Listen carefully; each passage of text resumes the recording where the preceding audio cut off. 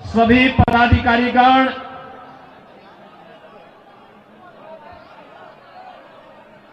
किरोड़ी विधानसभा क्षेत्र से जुड़े हुए सभी उपस्थित मेरे बहनों और भाइयों,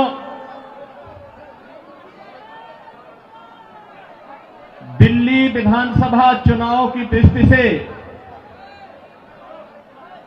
आज मुझे आप सबके बीच में आने का अवसर प्राप्त हुआ है।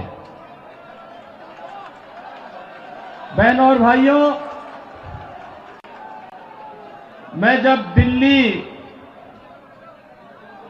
विधानसभा चुनाव की दृष्टि से आया हूं तो नजदीक से मुझे यहां की सड़कों को भी देखने का अवसर प्राप्त हो रहा है। मैं कल ही रात्रि को प्रयागराज से लखनऊ आया। उत्तर प्रदेश में प्रयागराज की धरती पर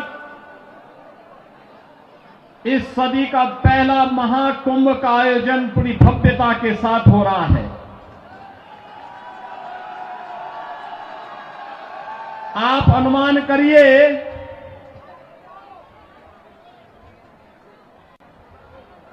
तेरह जनवरी से पौष पूर्णिमा से और आज 23 जनवरी तक इन 10 दिनों में 10 करोड़ श्रद्धालुओं ने प्रयागराज में मां गंगा, मां यमुना और मां सरस्वती के त्रिवेणी के संगम में पावन स्नान करके पुण्य के भागीदार बने हैं। आप प्रयागराज में जाएंगे तो अच्छी शानदार सड़कें मिलेंगी, कहीं गंदगी नजर नहीं आएगा, बिजली पूरी मिलेगी, कनेक्टिविटी चाहे वह सड़क की हो, रेल की हो या फिर हवाई जहाज की, तीनों की बेहतरीन कनेक्टिविटी प्रयागराज के लिए उपलब्ध रहेगी। बहनों और भाइयों, एक और प्रयागराज मां गंगा के तट पर लगने वाला इस सदी का सबसे बड़ा महाकुंभ प्रधानमंत्री मोदी जी के विजन के अनुरूप देश और दुनिया से आने वाले श्रद्धालुओं को न केवल आकर्षित कर रहा है बल्कि पुण्य का भागीदार भी बना रहा है।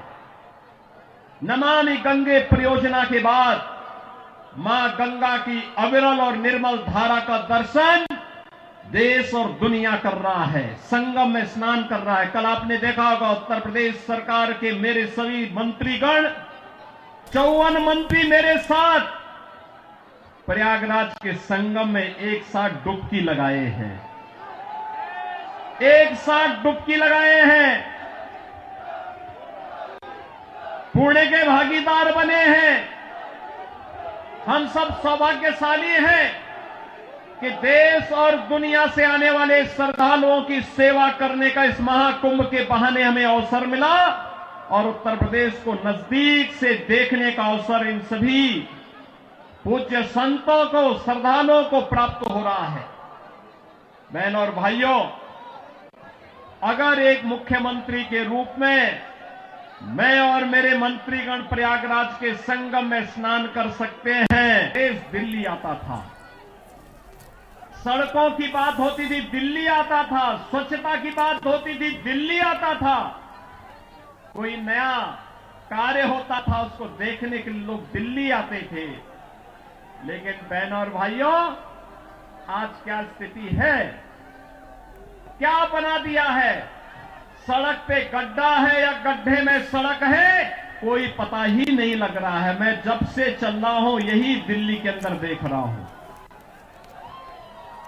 बहनों और भाइयों, ये हमने खिलवाड़ करने की छूट एक व्यक्ति को और उनके गिरोह को क्यों दे दी है?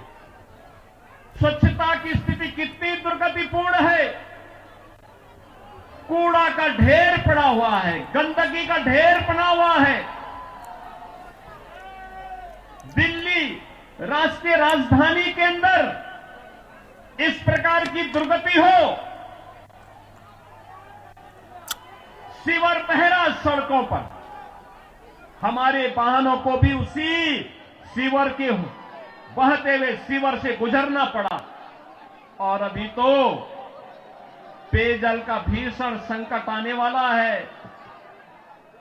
दिल्ली में आम आदमी पार्टी की सरकार का पाप का भुक्तभोगी हमारी पावन मथुरा वृंदावन के श्रद्धालुओं को और संतों को भी उठाना पड़ता है। वहां मां गंगा एक गंदे नाले में बदल करके जाती है। जब भी नमामि गंगे परियोजना के अंतर्गत मां यमुना की शुद्धता की बात आई, स्वच्छता की बात आई, तो अरविंद केजरीवाल एंड कंपनी ने कोई सहयोग नहीं किया। ये सहयोग नहीं करना चाहते, कोई विकास का कार्य नहीं करना चाहते, किसी विकास की परियोजना का मौके पे जाकर के भौतिक सत्यापन नहीं करना चाहते, जनता को बुनियादी सुविधा मिले, उसका अधिकार प्राप्त हो, ये वे काम नहीं करना चाहते। इनका तो एक ही कार्य है, प्रातः काल होते ही सोशल मीडिया पर झूठे ट्वीट करना, झूठी फिल्मों का प्रदर्शन करना, झूठे प्रेस वक्तव्य और प्रेस वार्ता के माध्यम से केवल गुमराह करने वाले वक्तव्यों को देना। जितना समय झूठ बोलने की एटीएम के रूप में आम आदमी पार्टी और उनके नेता समय बर्बाद करते हैं, ये झूठ का एटीएम बनने की बजाय अगर उन्होंने जनता की जन सुविधा और विकास के बारे में सोचा होता तो 10 वर्ष में दिल्ली की कायाकल्प हो गई होती, दिल्ली बदल गई होती। लेकिन बहन और भाइयों, दिल्ली बदलने की नहीं, इन लोगों ने दिल्ली को तो एक कूड़ा घर बना दिया है, दिल्ली को अव्यवस्था का एक अड्डा बना दिया है। आजकल मैं सुन रहा हूं अपने भाषणों में से अरविंद केजरीवाल जी बार बार उत्तर प्रदेश की चर्चा कर रहे हैं।